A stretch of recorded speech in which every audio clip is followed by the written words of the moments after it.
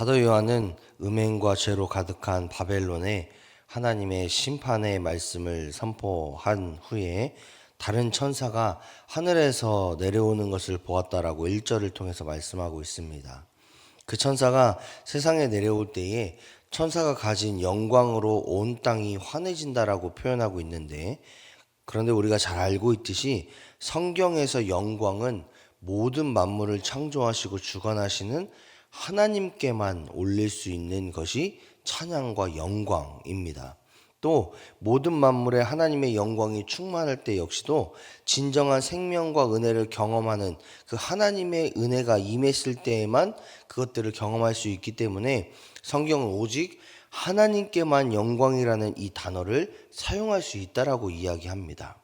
그런데 1절에서는 하늘에서 내려오는 다른 천사가 가진 영광으로 말미암아 온 땅이 환하게 됐다라고 말함으로 인해서 마치 이 천사가 하나님의 자리를 탐내는 것처럼, 혹은 하나님과 같은 존재인 것처럼 표현하는 것을 볼 수 있습니다. 그런데 1절을 조금만 더 자세히 살펴보면 이 모든 의구심을 한 번에 해결해 주는 그런 단어를 만날 수 있는데, 큰 권세라는 단어입니다. 1절을 다시 한번 읽어보겠습니다. 1절입니다. 시작.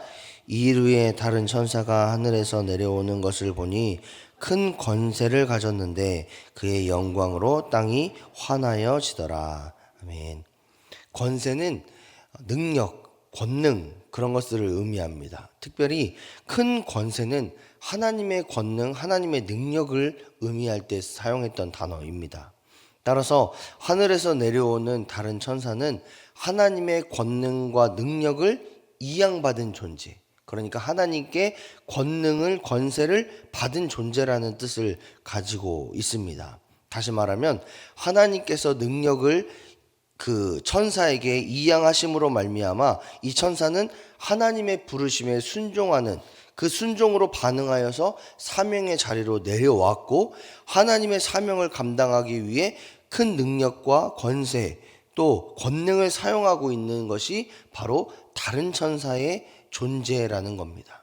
따라서 하늘에서 내려온 이 다른 천사는 하나님과 같이 영광을 드려야 되는 존재가 아니라 하나님의 부르심을 감당하기 위해 사명의 자리로 내려오는 존재, 즉 사명자이기 때문에 그 역시도 하나님께 영광을 돌리는, 하나님께서 그를 존귀하게 여기심으로 말미암아 그가 권능을 가지고 사역할 수 있다라는 것을 의미합니다. 이는 신앙인인 우리에게도 그대로 적용되는 말씀이기도 합니다. 하나님의 사람인 우리가 가장 존귀하게 존재할 수 있는 곳은 하나님께서 우리를 보내신 사명의 자리입니다. 그리고 그 자리에서 우리가 그 자리가 어떤 곳인지, 가정인지 직장인지 학교인지 교회인지 다 다르지만 공통적인 것이 있다면 하나님의 능력을 힘입었을 때, 또 하나님께서 주신 그 사명을 성실하게 이행했을 때에 하나님께서 큰 권능으로 도우시고 또 하나님께서 영광 받으신다라는 것을 우리에게 그대로 말씀하고 계시다라는 겁니다. 물론 우리의 사명의 자리가 늘 행복할 수 없고 편할 수 없습니다. 그러나 하나님은 단 한 번도 사명의 자리가 안락하다라고 말씀하신 적이 없습니다. 다만 그 자리에 하나님과 동행하심으로 말미암아, 하나님께서 함께 하심으로 말미암아 큰 권세를 사명자인 우리에게 허락하심으로 말미암아 우리가 능히 감당할 수 있는 힘과 능력을 허락하시겠다. 그 모든 것들을 베풀어 주시는 하나님으로 말미암아 우리 안에 기쁨이 충만하고 감사가 충만하고 능력이 충만하게 말씀하시겠다라고 하신 것이 하나님의 말씀이다라는 겁니다. 그렇기 때문에 하나님의 사람인 우리는 언제나 사명의 자리에 굳건하게 서야 하고, 또 그곳에서 하나님을 의지해야 되고, 또 하나님의 사명을 믿음으로 잘 감당해야 됩니다. 그러기 위해서 우리가 기도해야 되고, 그러기 위해서 하나님을 찾아야 된다는 거죠. 이것이 사명자이자 신앙인인 우리가 가져야 되는 모습이기도 합니다.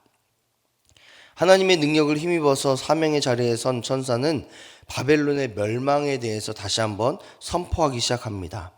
2절의 말씀을 보니까 이렇게 표현하고 있습니다. 힘찬 음성으로 외쳐 이르되 무너졌도다 무너졌도다 큰 성 바벨론이여 귀신의 처소와 각종 더러운 영이 모이는 것과 각종 더럽고 가증한 새들이 모이는 곳이 되었도다. 성경에서 똑같은 말을 두 번 반복할 때는 완전함을 강조하기 위해서 사용합니다. 즉 2절에서 무너졌도다를 두 번 반복하는 이유는 바벨론이 완전하게 무너졌다, 완벽하게 무너졌다라는 뜻을 갖고 있습니다. 그 바벨론이 왜 무너졌느냐라고 했을 때에 2절의 말씀을 다시 한번 보니까 온갖 더러운 영으로 가득하고 죄로 만연했기 때문에, 또 3절을 보니까 음행과 사치로 타락의 끝을 이 바벨론이 경험하고 있었기 때문에 하나님은 바벨론을 완전히 멸망시키시겠다라는 것을 천사를 통해 선포하고 계시다라는 겁니다. 이를 통해 로마뿐 아니라 죄로 가득한 세상 역시도 하나님의 심판이 언젠가 임할 수 있다. 우리의 삶 가운데에 죄가 가득하면 하나님의 심판이 임할 수 있다라는 것을 보게 됩니다. 아니, 반드시 임하게 될 것이다라는 것을 볼 수 있습니다. 이를 통해 우리는 죄의 결과에 대해서 분명하게 깨닫게 됩니다. 세상은 애매한 태도 그리고 애매한 위치를 유지하는 것이 처세이고 지혜라고 말합니다. 하지만 하나님은 요한계시록 3장에 나오는 라오디게아 교회를 통해서 말씀하셨듯이 애매한 위치, 애매한 태도의 신앙을 버리라고 말씀하십니다. 차든지 뜨겁든지 해라 라는 말씀을 통해서 말이죠. 신앙은 죄를 지음으로 영원한 형벌과 멸망의 길을 가든지, 죄를 뉘우치고 회개하여 하나님의 자녀가 되어 영원한 생명의 삶을 살아가든지 둘 중에 하나를 결단하라고 이야기하지 애매하게 두 쪽 다 발을 담그라고 이야기하지 않습니다. 지금을 살아가고 있는 우리도 최후 승리를 얻는 그날까지 죄의 유혹과 시험이 있을지라도 끝까지 하나님을 신뢰하고 의지함으로 말미암아 복음과 진리 안에서 거해야 합니다. 애매한 태도, 애매한 위치 가운데에서 이랬다 저랬다 하는 그런 신앙인의 모습이 아니라 늘 죄의 유혹과 시험이 우리를 찾아올지라도 그것을 경계하면서 하나님만 신뢰하고 바라보는 그런 신앙의 모습으로 살아가기를 하나님께서 원하신다라는 겁니다. 따라서 우리는 늘 죄의 결과가 어떤 것인지를 생각하시면서 나는 죄에 빠져 죽지 않겠다. 죄의 시험과 유혹에 넘어지지 않겠다. 끝까지 하나님을 신뢰하고 의지함으로 말미암아 최후 승리를 얻는 그날까지 하나님과 더불어 승리하겠다. 그런 믿음의 태도가 우리의 태도가 되어야 될 줄 믿습니다. 천사의 바벨론 멸망 선포가 있고 곧바로 하늘에서 하나님의 다른 음성이 들리기 시작합니다. 4절의 말씀이죠. 하나님은 자신의 백성을 향해서 죄와 심판의 자리에서 빠져나와서 죄에 참여하지 말고 그들이 받는 재앙들을 받지 말라라고 4절을 통해서 말씀하십니다. 하나님은 공의의 하나님이시기 때문에 죄에 대해서 분명한 심판을 내리십니다. 5절을 보니까 바벨론의 죄가 하늘에 닿았을 정도로 가득했기 때문에 심판을 통해 멸망을 받는 것이 당연하다라고 말씀을 하십니다. 또한 그들의 악한 행위대로 갚으실 뿐만 아니라 갑절로 심판을 내리심으로 말미암아 하나님의 심판이 결코 가볍지 않다라는 그 사실을 6절부터 8절의 말씀을 통해서 깨닫게 하십니다. 하나님은 죄를 미워하시기 때문에 죄와 함께 하실 수 없기 때문에 거룩하신 하나님이시기 때문에 이 죄의 문제는 반드시 심판하셔야 합니다. 그런데 우리가 여기서 보아야 될 것은 하나님은 공의의 하나님이시기 때문에 무서운 하나님, 두려운 하나님으로 볼 것이 아니라 이 하나님께서 이런 말씀을 하신 이유와 목적에 대해서 우리가 분명히 알아야 합니다. 4절의 말씀을 다시 한번 보면 하나님은 자신의 백성에게 죄와 심판의 자리에서 빠져나와라, 죄에 참여하지 말아라, 그들이 받는 재앙을 받지 말아라 라고 말씀하십니다. 이렇게 말씀하신 이유와 목적이 어디 있겠습니까? 내가 이 죄를 반드시 심판할 건데 하나님의 백성인 교회 공동체와 우리는 죄와 심판의 자리에서 있지 않기를 원한다. 그곳에서 심판받지 않기를 원한다. 즉 사랑의 하나님께서 우리를 너무나 사랑하셔서 죄의 문제 안에서 또 심판의 자리 안에서 우리가 존재하지 않기를 원하신다. 그런 사랑의 마음을 표현하고 계시다라는 겁니다. 하나님은 하나님의 백성인 우리에게 죄의 결과를 엄중하게 경고하심으로 말미암아 멸망의 자리에서 벗어나서 생명의 자리 안에 있기를 원하신다라는 것이 바로 하나님의 마음이다라는 겁니다. 따라서 하나님을 섬기고 하나님을 사랑하는 우리들은 죄와 심판의 자리, 그리고 또 죄에는 반드시 심판이 있다라는 것을 늘 생각하시면서 우리 하나님 아버지는 우리가 그 자리에 있지 않기를 원하신다. 우리가 그 자리에서 벗어나기를 원하신다라는 것이 하나님 아버지의 마음이다라는 것을 깨달아 알아야 된다라는 겁니다. 하나님께 사랑하신 여러분, 우리가 하나님에 대해서 오해하기 시작하면 하나님은 두려운 분, 무서운 분, 심판하시는 분이라고 생각하실 수 있습니다. 그러나 하나님의 가장 본질적인 마음은 사랑입니다.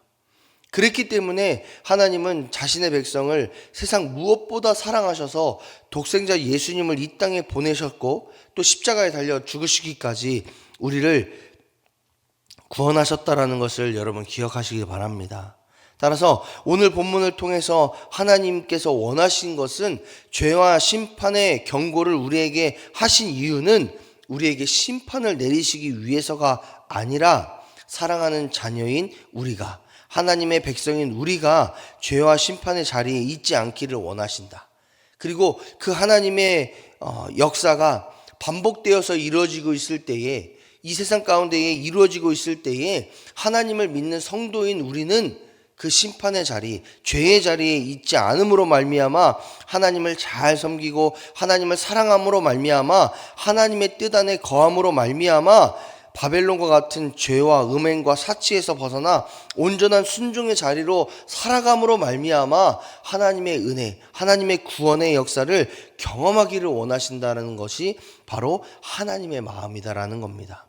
따라서 오늘 하루를 살아가실 때에 오늘 본문의 말씀을 기억하시면서 끝까지 하나님의 말씀에 순종함으로 또 생명과 은혜의 자리에 거함으로 하나님의 사랑을 날마다 묵상함으로 말미암아 우리의 삶 가운데에 동행하시고 인도하심으로 죄와 심판의 자리에서 벗어나기를 원하시는 그 하나님의 마음을 품고 또 내가 그렇게 죄와 사망의 자리에서 있지 않기를 원합니다. 기도하며 결단하며 하나님의 말씀에 순종함으로 나아가시는 저와 여러분의 삶이 되시기를 주님의 이름으로 축복합니다. 그래서 우리가 죄와 사망의 그 자리 안에서 세상과 같이 심판받는 인생이 아니라 하나님을 잘 섬기고 하나님을 사랑함으로 말미암아 순종과 또 생명의 삶을 살아감으로 말미암아 구원의 은혜 가운데에 나아가시는 저와 여러분이 삶이 되시기를 주님의 이름으로 축복합니다. 기도하겠습니다.